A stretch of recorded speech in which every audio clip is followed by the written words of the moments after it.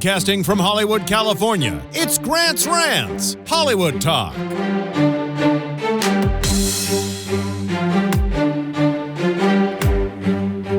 Adele tells people to F off, Caitlyn Jenner's popularity wanes, Rene Zellweger is immune to critics of her face, and we go deep with our spiritual selves. Get inspired with co-host Lorrie Marlow now.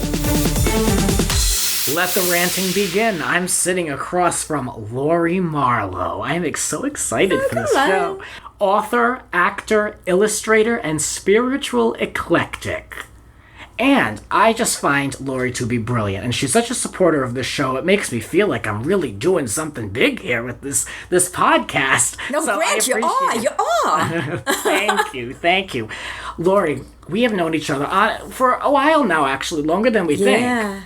When I was at NBC Page, Lorrie and I worked in the same office, and she insisted on having two desks, and one of them was in a private location. I said, wow. This girl gets things done, and she knows what works for her, and be damned if nobody else likes it. And I said, well, I really like it. I mean, I remember you told me, you had your own kind of, office in a file room, and you would do yoga in there, and you would meditate, right? Yes, and my dolls were there with me having their dialogues, and then there was like a public desk next to a girl that never turned her TV off even when she took a 2-hour lunch. And what I did was I just find ways to help my environment help me. Yeah, oh yeah. To somehow get my environment to support me, and it was fabulous. It worked out. You made that work for yourself. I loved it. We would have great long chats, and now Lorrie and I are both Geminis. Very. So we really connect on a lot of different levels. We speak the same language without even necessarily having to say certain things. And I have a very similar relationship with my grandmother, who has been on the show quite a bit. So I'm really excited for this episode. And we're going to delve a little bit into being grounded in Hollywood and really coming in touch with our spiritual selves. And how do we get there? And how do we kind of eliminate the noise that is constantly in our faces out here? There's the traffic, the long hours at work, and the pressure to keep up with everything. So I want to kind of delve into the spiritual side of how it is to exist here. Well, that's been a journey for me because I'm a natural pleaser, and coming out here, it's different from New York. If they want you in New York, they do or they don't, and they'll tell you and you can move on with your life. Out here, I realized I could get maybe'd to death. That's call the me difference. in 3 weeks. Well, call me next month. But I would keep writing it down and calling them because I didn't understand. And then I realized if I continued to look outside for approval, if I left every meeting, every exchange, every audition, wondering, why did they say that? What's wrong with me? What can I address? That I would always be even more scattered than I am. And I've got to say that, I chant. That's my main practice, Nichiren Buddhism. And I realized because I'm looking at something twice a day that symbolizes my own most centered life condition, that it gave me those moments to revisit my own truth, my own value. So my center, at least twice a day, would come back to myself. And when I went out into the world and got everyone's opinions on you, I had a place to come back to and remember my worth. On that same note, let's talk about Rene Zellweger and how her appearance has changed, but yet she remains grounded herself, and she remains in focus of who she is and doesn't allow social media to really kind of, turn things around on her. Now, granted, this girl, I'm a huge fan of hers. Yes. And I loved her in Chicago. That movie put, this business on the map for me. That movie, I didn't even want to see it. And I saw it, and then it became something bigger than it could have been for me, and that's how I got into kind of producing my own little stuff. Oh, wow. And so she has a special place in my heart. However, no one can deny that she has done some things to change her appearance, and she's pretty much denied all of this. And of course, we know a year and a half ago there was that whole thing about Rene, is that you? And a lot of work done nonetheless. And I always usually try to give people the benefit of the doubt. I don't really sometimes notice people unless if they look like a melting candle in the sun. You know what I mean? I really don't notice. So, but with her, it was noticeable. And I kind of felt bad. But in a recent interview on the Today Show, where she was promoting her new movie, Bridget Jones' Baby, she is going to. You might as well plug that here too. She was just saying, like, look, she doesn't pay any attention to that stuff. That is not part of her life, and it just is part of the job. You know, I heard her say that, but I don't think that I believe her. She did say that in her home, in her life, she doesn't think about it until she comes out and does her job. Mm-hmm. But for women, that means all of us in the world at our jobs. Nobody asked Robert Mitchum, who did indeed look like that melted candle, why he didn't get an eyelid lift. You know, no one is putting a photo of Tom Cruise next to Tom Cruise now and asking what happened to you. Or John Travolta. Now, that's really what happened. What happened with that? Have you seen him? Thank you. Sly Stallone. I mean, yes. And even if they did do work, I've had work done. I have had work done since my 30s. And when I see someone who's a contemporary of mine, and I can tell if they say to me, oh, wow, you look good, if there's an edge to it, if there's a sad edge to it, I will tell them what I've done. I will tell them everything I've done, because I don't think women who are under such siege in American culture should let others think that they got the bad genes, but you got the good genes. You know, as long as we're all in the same boat, when I see women who don't own it, who say, well, you know, it's just good diet, good genes, I drink a lot of water, it's like, oh, you do fucking not. Can I say that? Yes, go ahead. It's like, I can't remember now if it was Kim Novak or Jacqueline Bisset. I love them both.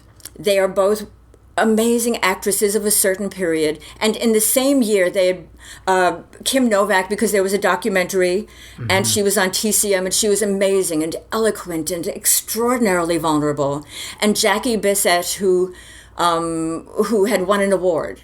In fact, they sat her so far back in the Golden Globes because they didn't think she would win it. And now she had to fight her way in. And both of them got attacked virulently for how they looked. And they had done nothing other than to continue to be valuable female human beings who had gotten older and had had some work.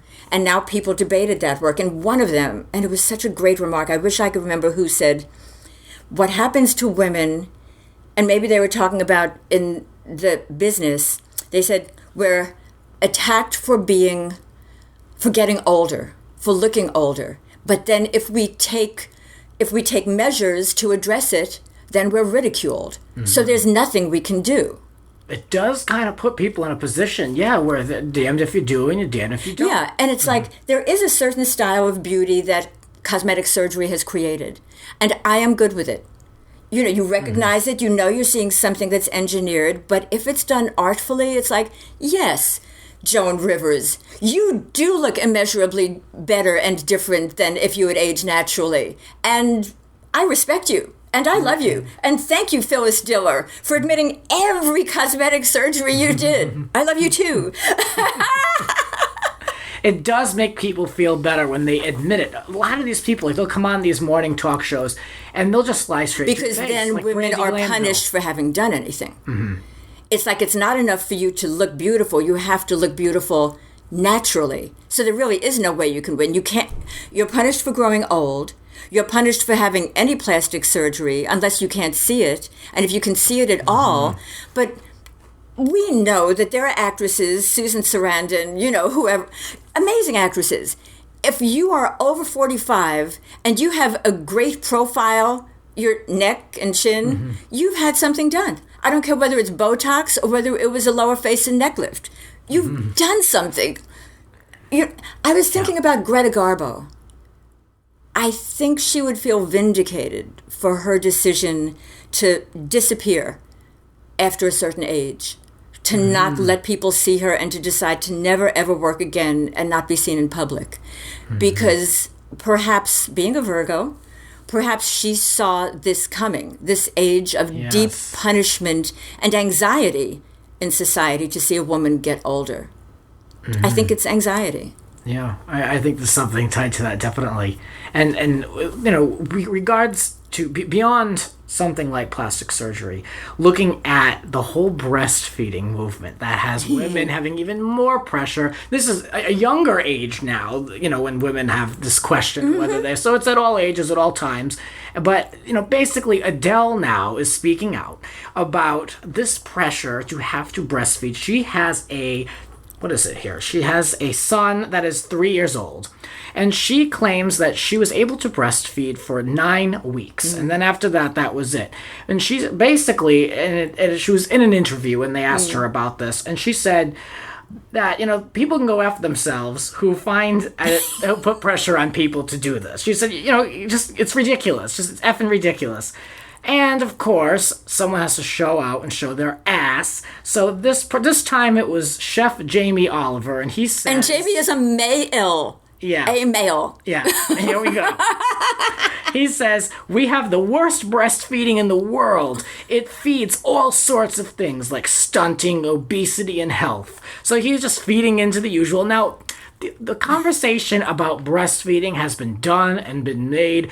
I believe that basically it's like, you do what works for you and don't put pressure on anybody else. That's a decision that they should be able to make for themselves, period. I mean, have people going around hospitals, knocking on women's doors. Are you breastfeeding? Here's the benefits. Read all this. Leave people alone. That's where I come from with this. But, it's a bigger picture, and I think you want to say what you think. Well, actually, I'm laughing at myself because the only thing maternal about me is my cat, Jasmine, and reading to pre-K kids once a week. But other than that, when I heard that breastfeeding would help a woman's stomach get flat faster, that the pulling on the breast would actually make the stomach muscles flatten and contract, it's like, okay, I personally am seeing a point in this. But other than that, huh? Yeah, that was literally it for me personally. But I don't think my brain cells are any lesser because my mother fed me with a bottle. I don't think that the millions of people around, it makes me crazy. People having opinions on what women should do with their bodies is making me crazy. Yeah. Yes, have an opinion as far as telling a woman not to shoot up, or freebase when she's pregnant. Yes, definitely. If you see a woman smoking a cigarette and she's pregnant, sure, say something.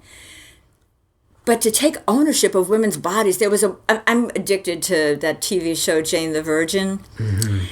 And as Jane was going through the prenatal period and training and classes, there was a whole episode devoted to all the different opinions, all the intrusive different opinions she was getting, and the guilt tripping and her anxiety. And it's like, yes, her character decided to breastfeed. And she felt comfortable with it and her schedule allowed. But you're not hurting your baby. And in fact, last month or two, there was some study that debunked a lot of the hyped benefits they've said come from breastfeeding a child.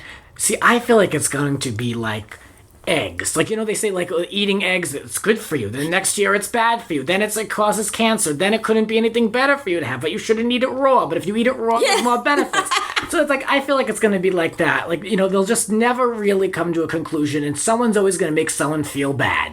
And a woman is going through a hard enough time suddenly having a new little human being in her arms to then have to be guilt-tripped about, do I or don't I, am I producing milk? And if I leave it in the refrigerator, will my husband or boyfriend drink it? How do I label it? Breast milk? To me, it just seems like an incredible amount of work. Women having to pump for hours, women having to take time, like a lot of women go back to work, and they have to go into these pumping rooms and take time out of their jobs, which are as hectic enough, especially when you're coming off of a maternity And then having leave. to navigate sometimes hostile public environments where then, okay, if you're going to whip your breast out in public, I know it's a biological thing. Breasts weren't created to be decorative. They have a function. But no, once you've whipped your breast out in public, you cannot stop people from having an opinion or feeling comfortable or uncomfortable or wishing that that their little child was not watching this. So just navigating the public domain It's huge. Mm-hmm. I know it's a natural thing, but when I have seen it, I just do. I mean, I'm just not used to seeing such things. So it's kind of like, it's like someone, with religious practices in public. It's kind of like, oh, well, I mean, but you do it's clearly important to you to do that, and that's fine. You're not hurting anybody. But with me, I mean, it is something I notice. I feel like, for me personally, that would be something I would want to do in private. But it's a natural thing. Yeah, and you can't always do it in private. That's it. Especially in the workplace. Now it's getting better with providing space. Now, I do have some problems with women that decide that they're going to nurse until a child is 3.5. Oh, well, that is disturbing on a whole other level for me. When does it stop? When does it stop? That's the thing. So Adele, before he starts to date. Stop it then. It's like they say, if the kid can ask for it, forget it. It's over. Don't continue. So what do you think of Adele's comments? What do you think of her basically telling everybody that's effing ridiculous to put pressure on women and go F off? I think she was absolutely right. I love the British for that. Yeah. I love the British for their outspokenness. Not only was it a man speaking out on what a woman should do, it's like, unless you're his wife and you need to listen to him, to pontificate about it. No, and I loved the fact that because she's Adele, when she says it like that in such a real way, she's speaking for millions of women that might have felt cowed and intimidated, to feel like, okay, you know what? Yes, thank you. Now I can at least show this to my mother or my niece or my husband or my boyfriend and say, not everybody is on board with this. Just F it. Yeah, pretty much. Yeah, that's the best thing you can do at some point. Let's talk about another woman that has been facing ridicule with her politics, really. Caitlyn Jenner. I know you wanted to talk about her. I know you have a lot to say about her. You have, very I love strong her. feelings. Yeah. I love her. She recently was introduced to Hillary Clinton, and she's, it's been on record, even on her show, that she says, look, Hillary isn't going to do anything for the country. She's lousy. She never accomplished anything. She's an effing liar, and on and on. Yeah, I watched a lot of those clips. I kind of caught up a little bit on Caitlyn's show. Yeah. And, everyone expected that when she had after she had come through the transition, that she would be like a liberal, like I'm coming through as a whole new person. But yet, her values have stuck with her, whether you agree with them or not. And it's been kind of polarizing for a lot of people. She was like a mega celebrity when she made that transition. I mean, I know at the LA Gay Pride Parade this year, they had Caitlyn t-shirts that were sold like in droves. And now you're seeing people saying, I don't agree with her, and they're like leaving the train. They're leaving the train behind. What do you think? Well, I had to come to terms with the fact that I love her, what she's done, what she's been through to get to where she is so much. But yes, I also assumed that, of course, she will vote her interests now. It's like, I'm a woman. I'm not going to vote for someone who's anti-choice or for someone who's attacking my body, my rights. But then I realized, and I went around and around with this with my husband, because he knows from the moment, that first Diane Sawyer interview, how I feel. Thinking about her makes me happy inside. But then I realized I need to separate my very real affection for her and respect for her from my unreasonable expectation that she should have a nuanced intelligence. She was an athlete, and she was deeply closeted. And she couldn't live an authentic life or meet the people she might have liked to meet or have the intellectual discussions or debates that Bruce would have been afraid to have. And so I shouldn't expect her to be more than she is. I also felt that aside from spending all those decades as a privileged, moneyed white male, she was closeted. And if there is one place that is a really great place for a closeted person to hide, it is the Republican Party. So she may grow more and more uneasy as she realizes that Hillary leapt at a photo op with her and to greet her warmly and to encourage her to do what she was doing. Ted Cruz doesn't want that photo up. And Donald Trump would only take it for the most base, sexist, misogynistic reasons of his own. So it'll be a learning curve for her because she's not closeted anymore. It's true. She has to really adjust to every part of her life, including this, which is the most heated debate, the most And I felt sad for her when polarizing. she said, "No, you don't understand. All of these Republicans, they really want these rights and that." And everybody was looking at her with pity because she's hidden so deeply in there that she's only seen the best, quote unquote, of them because they thought she was one of them. My heart kind of aches for her a little as she may come to understand that the guys who would share a drink with her, make some jokes, get on the golf course, they won't have the same feeling toward her. And that's another awakening. She's done so much.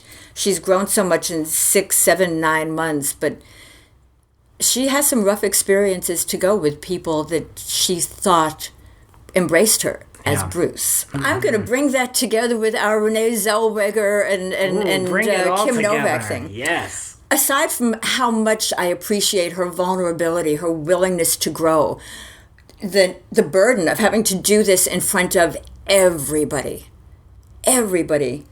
she has chosen to be a 65-year-old woman at a time when cis women who are 65 are not that hot about being a woman. So I mean, she has jumped into it at an age. It's like I was reading somewhere that that Linda, her second wife, that Elvis had said to her when they were dating that he felt attracted to Bruce. He said, "He's beautiful. He's beautiful," he said to her. It was recently on Google or something. Interesting. Several news outlets picked it up. He said, "I'm not gay, but he's beautiful." And Caitlin had to do this not during those years when we all looked at Bruce and thought, wow, that bone structure, that face, oh my God. She did it when most women are running. That's why when she gets attacked for having plastic surgery, it's like, cis women are having plastic surgery. Leave her alone. Yeah, I mean, she does have a right to enjoy her time as well, and if she's got the money to do it, then go ahead. But do I wish that she would be attracted to women instead of men? Yes. Do I think she would have a better time and an easier time of it and a less judgmental time? Yes, I do. That's the thing, and Chris has said that I don't talk about the Kardashians on here, so bear with me, but Chris has even said that she is like confused by the whole thing too, and that has to be a very hard pill to swallow for Chris to hear that. Yeah. I mean, after them being married and having to accept so much, just on a human level, to have to accept that is tough, but it's not her news to accept. I mean, they're no longer together. Exactly, for a whole bunch of reasons that had nothing to do even with the transition. And I thought it was interesting when Caitlin was talking about how she was afraid to date a man because of what her younger daughters would think. But I thought, is it also because she would fear that people might think, was Bruce, quote unquote, gay? When it was really obvious that, that's why I had loved most of all in that Diane Sawyer interview, the separation over and over between gender and sexuality, that they're absolutely separate. And, what is the name of the wonderful academic who's on I Am Kate? I even Facebook friended her. She's amazing. But here's this woman who is brilliant and still married, to her female spouse. They made the transition together. But she actually said in this last episode that when the hormones started to hit, that she suddenly was shocked to find herself fascinated by males, by their energy, looking at them, admiring them, wondering about them. And this is an individual who was living as a straight male and now was living as a gay woman. And so I had to be reminded that I can't understand what that change in hormones might be doing to someone who thought that their attraction was women no matter where they went. And also she has the fantasy of being taken care of. She grew up with those movies where doors are opened and drinks are poured and cigarettes are lit. Yeah. And I think she longs to experience that because if she was with a woman, she might revert to what Bruce would do. which is to be the gentleman, the caretaker. Yes. And I'd love for her to have, in one way or the other, one gender or another, the sensation, at least as she progresses, of being cared for, even though she is a tall-ass woman. you know? Yep. But, yeah. I feel for Caitlyn, though, because I just can't imagine what it would be like to now start dating men, and who would those men be? And I mean that in the nicest way. I just, a very public, when if we were to Google right now, transgender female, one of the top 3 pictures are going to be Caitlyn.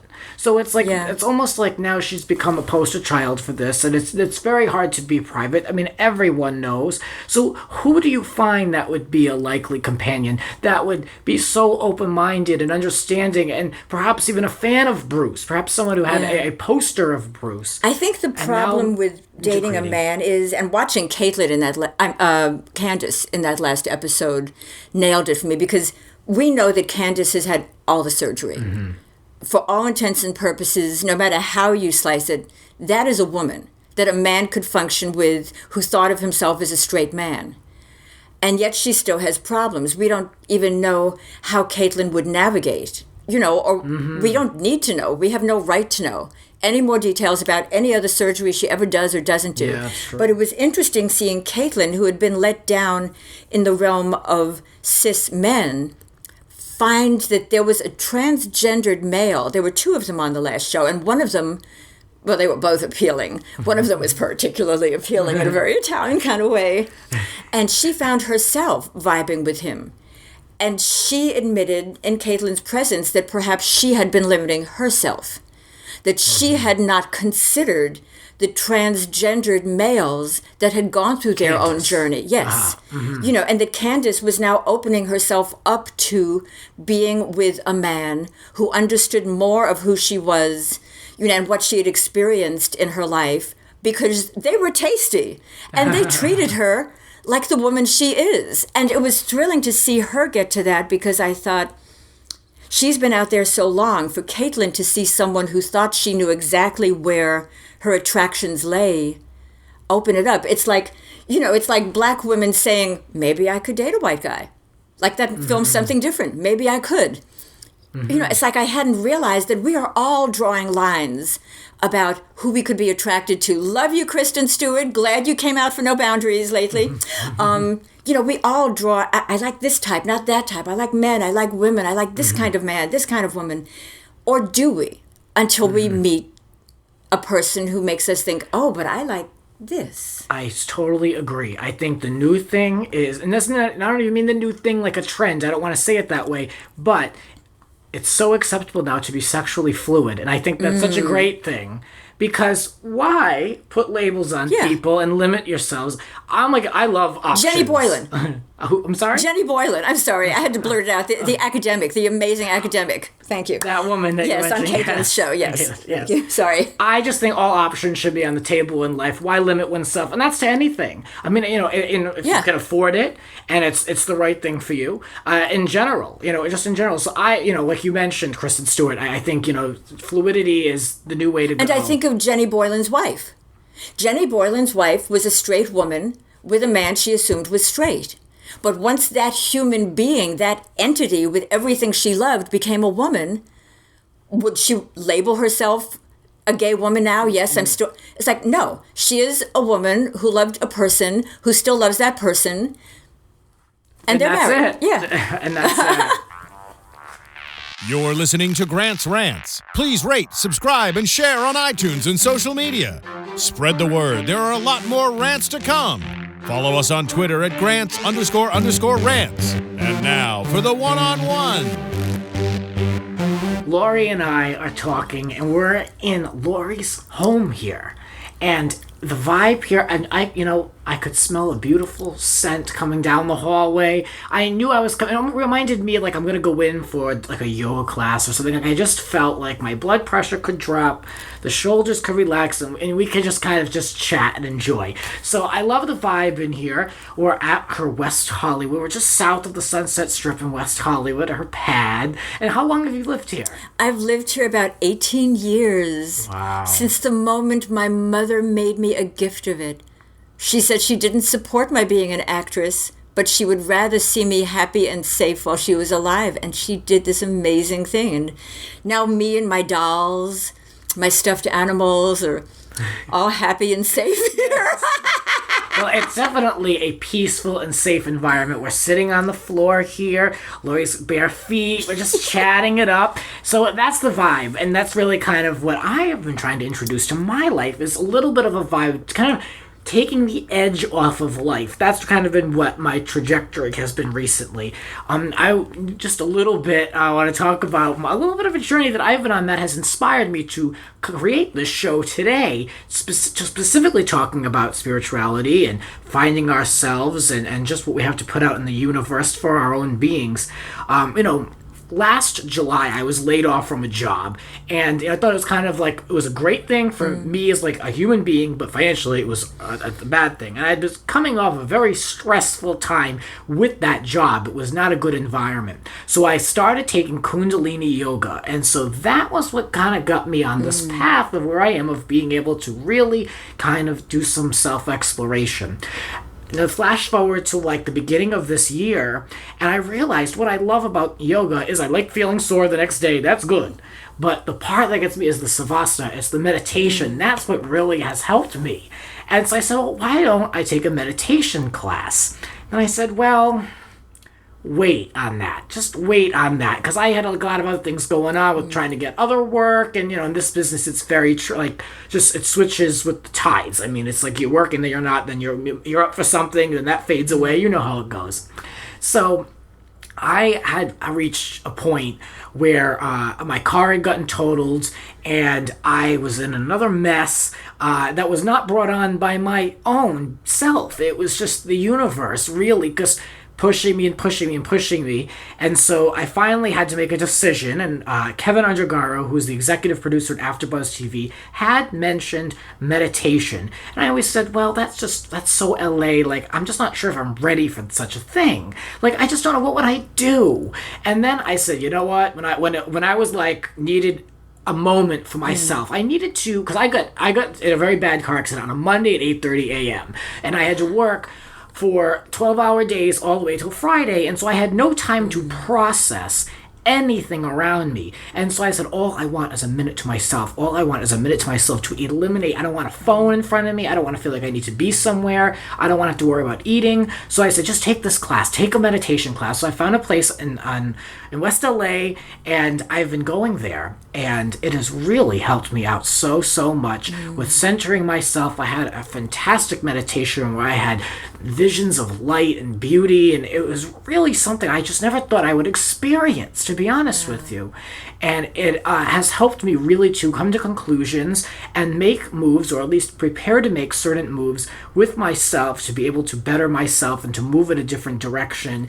And this is something I just never thought. I didn't grow up with this, self of spirituality and, really digging deep and what do I need to do for myself, and really also clearing the noise is something I've never done. I just was like, just put on some music and take a drive. Like, that's what I used to do, But now it got to the point where I needed to do a little bit more than that. And so I'm really doing work on myself that stems from yoga and now through this meditation. I just think it's really like one of the best things I could have done. I'm like enlightened by it. Now, this is not something new to you, Lorrie. You've participated in this for a while, especially the practice of Buddhism. Yeah, I've been practicing for the last 4 decades, Nichiren Buddhism. So we chant out loud, because the feeling in Nichiren Buddhism, we chant Nam-myoho Renge Kyo, which means dedication to the simultaneity of cause and effect through sound or teaching. Nichiren Buddhism feels that ourselves and our environment are one. We're two sides of the same coin. And so in chanting out loud, we're creating this vibration, but we're also melding with our environment. Our environment is working on us, and we are working on our environment. And there's the feeling of, and this is in like the 800-year-old writings about the shadow and the body, that a lot of us look at our environment as the body, and we become the shadow. Oh, no, it's moving. Wait, I have to move this way. No, I have to adjust. Wait, it went over there. Oh, my gosh. As opposed to what Nichiren Buddhism says, which is that we are the body, and our environment is the shadow. And when we think certain thoughts, take certain actions, maybe based on our conditioning, our past experiences, our inability to break out of that seventh level of consciousness, our karma storage, that when we think certain thoughts, take certain actions from a higher life condition, that our environment, the shadow, cannot help but cooperate with that. It's like Oprah Winfrey in that wonderful clip that you had me listen to. Oh, yeah, there's an excellent clip from Owen, the master class, which I'm going to put on my Twitter that we're going to reference. And Oprah had wonderful things to say. So, yeah, what was the point that came out of that really stuck out to you? She was talking about, she didn't say that it was Einstein's theory of relativity, but it actually was when she said that one of her tenets is, for every action there is an equal and opposite reaction. Now she chose to take that in a different direction, but when Nichiren Buddhists reference that, it's because lots of times, you'll start to chant, or like you're getting to a different stage because of your meditations, and you start to make fresh causes, new causes, things you haven't done before. And there may be obstacles. And then the environment just starts to smack you and you're going in one direction, but the environment is used to you going in the same old direction, the direction that the environment has been going with you, cycling to the left, to the left. But now you've changed. A lot of people will then see that and think, that's an omen. That's a sign. I should stop. This is wrong. Whereas Nichiren Buddhism says, no, if you're chanting about this, if this is something you want, the fact that you are encountering obstacles is because it's what we call Sancho-shima, growth through a dangerous obstacle, where if you keep persisting, then if you have the courage to persist, then the environment will at some point be like, oh, we're going to the right now. We're cycling to the right. But that's the point at which some people stop before they get to experience being the body and not the shadow. There's this quote, I think I told you, which makes me think so much of you, because I think that what you're doing is exactly what I yearn to do. I used to do it with my acting, but I know that I have better, more unique ways of doing it that are true, more true to me. That Daisaku Ikeda says, even if you have a kind heart, great ideas, or wonderful aspirations, if you don't have the courage to translate them into action, you'll accomplish nothing with them. In fact, you'd be no different from someone who doesn't have such things at all. But you keep changing your viewpoint, changing your message. You get centered and then you bring it to the audience. I've listened to the evolution of your show. And it's like experiencing your evolution with you. And still having fun, of course, because we're Geminis. Yeah, I still got to remain a little crazy. But that's it. But, to your point, though, of what you were mentioning with kind of like persisting, though, yes, that does kind of make me feel like perhaps I don't feel at all like I'm giving up on certain things, but I just feel like the universe is pushing me in the opposite direction. Should I continue to be kind of like hammering away? Well, now, one of the things Oprah did say in that talk was what she called the whispers. So that's what I'm referring to. Yes. And that hit home for me. Yeah, and when we're in a higher life condition, she didn't say it, but yes, we do all hear those voices, but you're more apt, I think, to honor that whisper that says, turn left instead of right. Go to this party. No, go to that library. Go to that museum. Talk to that person. That when you're in a higher life condition, it's just more likely that you will hear that little whisper, that almost invisible thought in your head, and respect it, as opposed to other people like, nah, that doesn't make any sense. I'm not going to do it. I don't know what that is. As we grow up, we're surrounded so often by adults that have gone through their own lives and traumas, and they want to keep us safe. And so they feel that keeping us safe means inculcating us with all of their fears to keep us safe. But all that does is scare us away from some of the openness that could magnify our lives and have us carry forward. It could be fear of flies or gnats. Parents are scared of lots of things, and we take them on. And the Abraham material, it's, if you want to go online, it's Abraham-Hicks, HICKS.com. I feel that their languaging for like what Buddhism is and what you're doing, rhythm, vibration, thoughts, everything emanating from us, that they have the best languaging for what things like The Secret or ancient Buddhisms are talking about. Their languaging is amazing. Yeah. And they talk about how children come in knowing everything. And if they're lucky, they hold onto that long enough in a secret part of themselves so that adults don't know what they're thinking until they can be their own person. I have heard of this, and I do believe that people lose their way, and they lose that sense of themselves. But some people do not, and those are the people that I can relate to a little bit more than others. Yeah, that's true. That's true. Yeah, the whole process for me has just really allowed me to really give up, to have faith more in just the universe, myself, and the Great One Spirit, God. And I feel that it is a friendly universe. It's like Abraham talks about how a lot of people feel, no, I need to keep the bad out, or I need to keep the fat out, or I need to keep...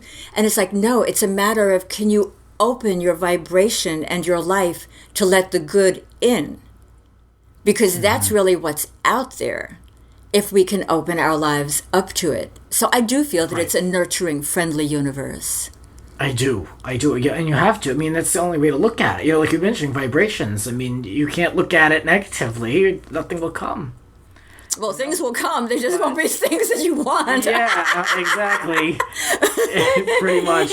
So we referenced this Oprah video. And, Oprah speaks about many things. I don't know, a friend of mine posted this on Facebook.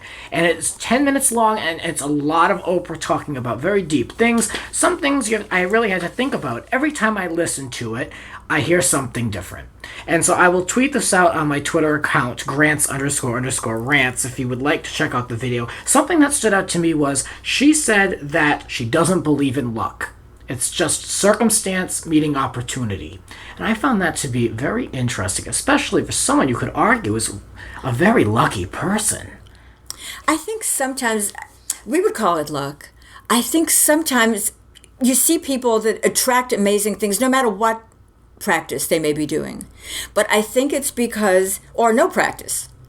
And I think it's because on some level they have instinctively clicked into that universal rhythm. They have done it no matter what philosophy they're embracing. They have found a way to affect their lives and open themselves up to it. Otherwise, there's no reason why a good person is born in one environment and an equally good person in another. Why two people doing the same practice. I mean, okay, this is going to sound awful. When I watch, the Grammys or BET Music Awards, it's like, I know you're all thanking God, but I'm sure that everybody else was also praying to the same God. And they didn't win. Yeah. And I don't think that their prayers were different. I think that there might have been something in the way they were channeling the energy or understanding what praying is, or understanding what they felt they were praying to, that opened themselves up to luck or rhythm or fortune. And I think that that's what happened with Oprah when she was, and I loved when she was talking about how when other people would look at the competition with her talk show, and she would just say, we can't look at them. And that would be fear-based, because you can only take care of yourself. Run your own race. Yes. Yes. Yeah, that's how I've had to live, and especially, and that is totally relatable to the business out here in Los Angeles. I mean, the biggest thief of joy is comparison to other people. And that's another life point that I have embraced. And I don't know, it doesn't resonate with me at all to have to continue looking at what other people are doing. Right. People I graduated with, people who are my age. Well, this person is 26 and they're at this company. Well, isn't that great for them? I have a total different set of cards that I'm dealt. I can't fester about these things. I've had to let a lot go. And I think it's only really helped me learn and be able to appreciate what I do have and work with what I have and continue to create A lot of people that I've started out with here have come and gone. I have no friends here left. And they're from probably college. looking at you and thinking, he's still there. Why did I have to go home? So they're looking at you the way you're looking at those others. The people, yeah. I am really the last man standing here. So it's been a very interesting journey, but I've had a very good, consistent career.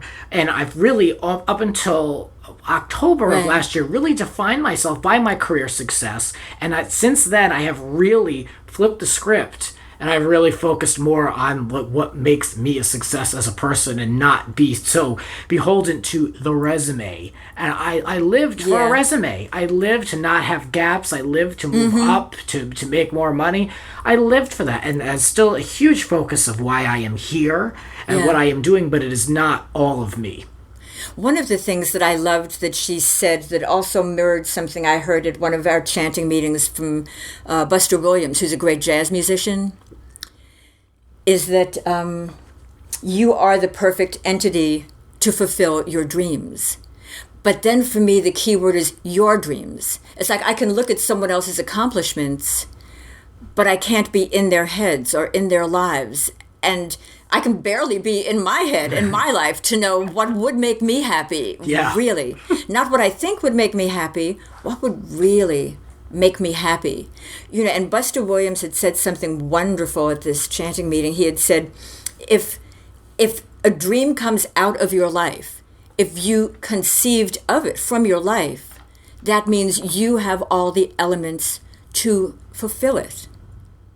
Which came back together with me with the other things she had said, and that shows up like in my personal vows, that every place we've been, everything we've learned, every disappointment or fulfillment or lesson then comes together in the place that we end up. If we can keep self-referencing our own lives and keep our lives open. You touched upon your own vows. Yeah. I want to go down that path, and I want to talk about I Do Me Wed, a big project in your life. You mentioned the animation. Yes, because 150 cartoons of me and my girlfriends going through heartbreak and raising like a phoenix. There you go. And that evolved into something much bigger. Yeah, and it's funny because another book is actually taking precedence over it right now, but it's my passion project, and it's the process that I would like to teach. I had gone through a pivotal relationship that had all of the dysfunction of all of the previous relationships rolled into one. So when this finally exploded in my face, I see your eyebrows rising and there are little smiles happening. Yes, we've been there. So when it exploded, I was in such a state, I didn't even know what clinical depression was. But I did suspect that sitting in a car that was running in the parking lot of Farmer's Market, 15 minutes from home, and not being able to figure out what direction to drive in for 3/4 of an hour, that might be clinical depression. And so 2 girlfriends who had gone to the University of Santa Monica gave me the clue. One of them said, we wrote vows to ourselves in class. And then we said them, and it was very powerful. But I can't tell you how to do it because it was the culmination of 2.5 years of a psychology degree. And then the other girl who had said, you have to figure out what you wanted from him and give it to yourself. And I sat down on the floor here.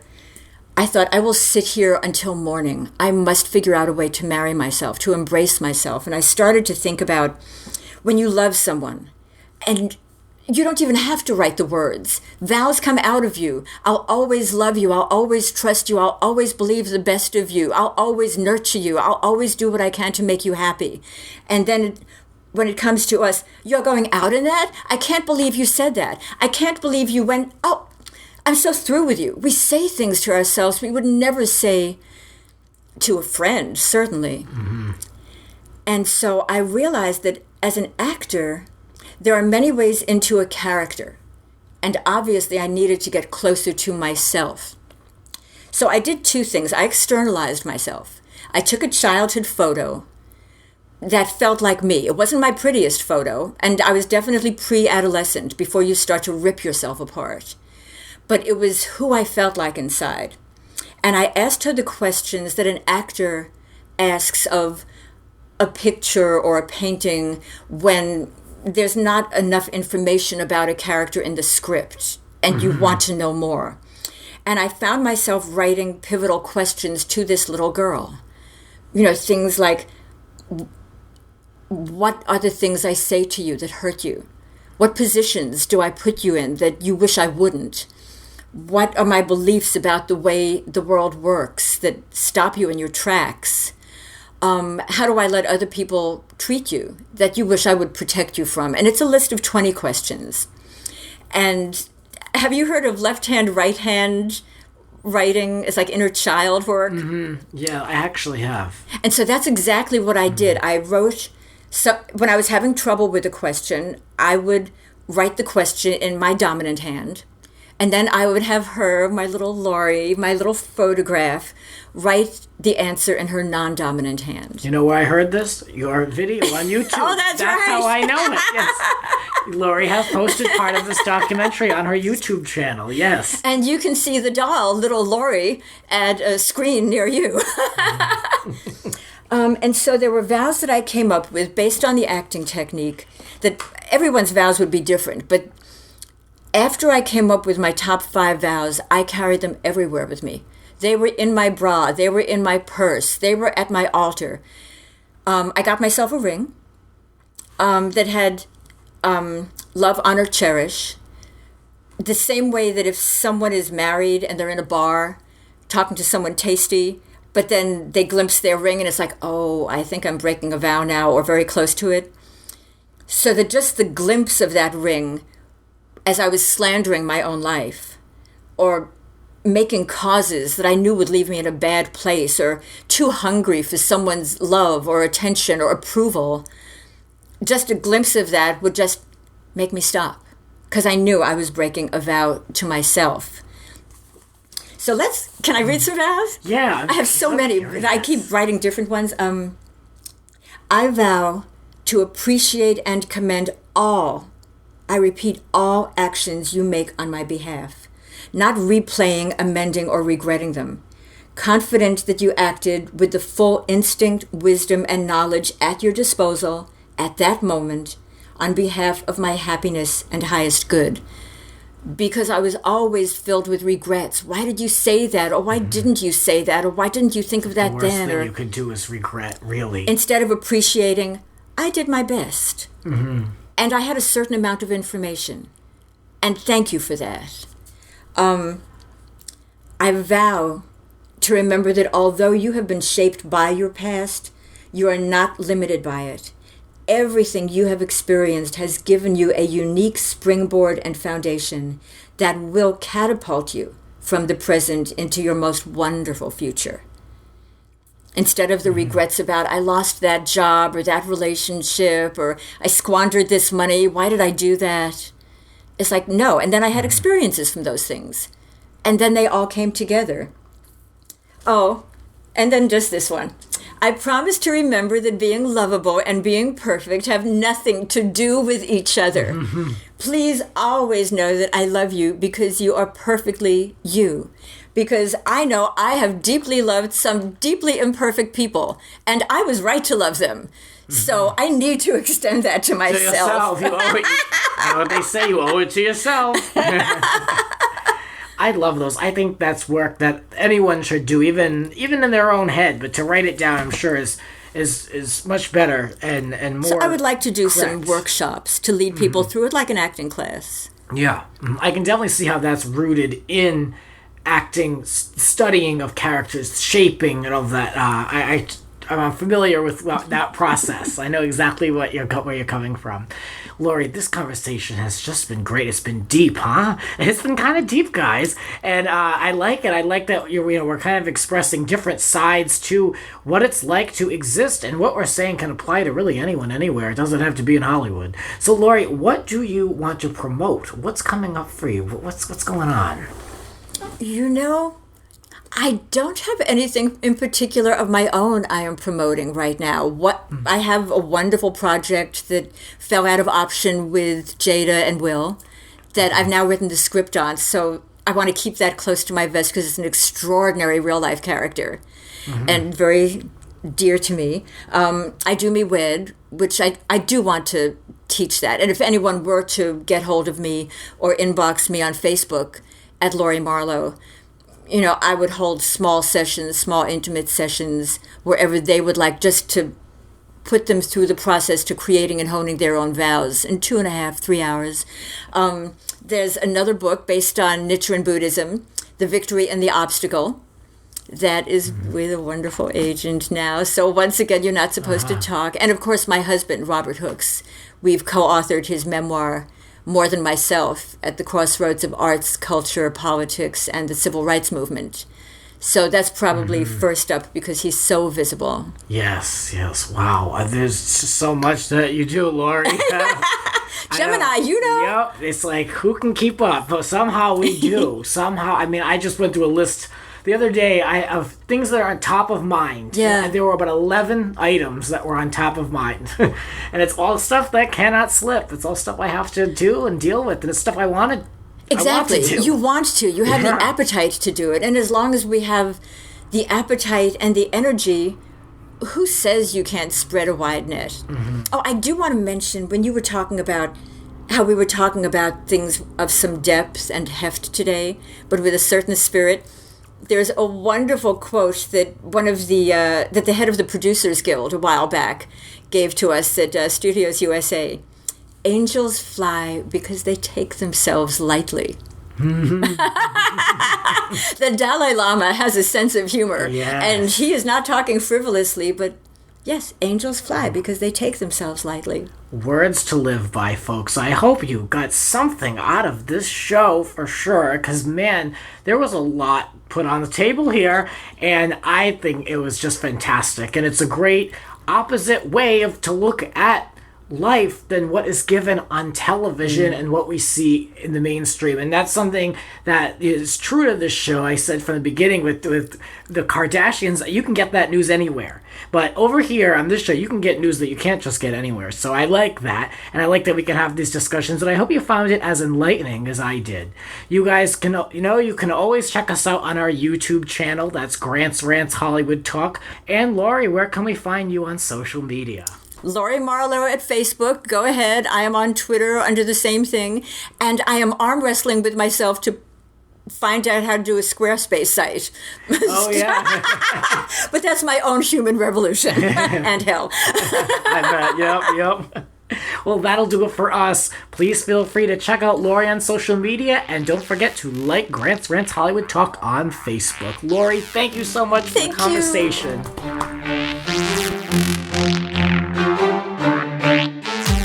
This has been Grants Rants. Follow us on Twitter at Grants__Rants. Cover art created by Howie Rene. Voiceover by Sir Richard Wentworth. Original theme music composed by Alexander Arnson.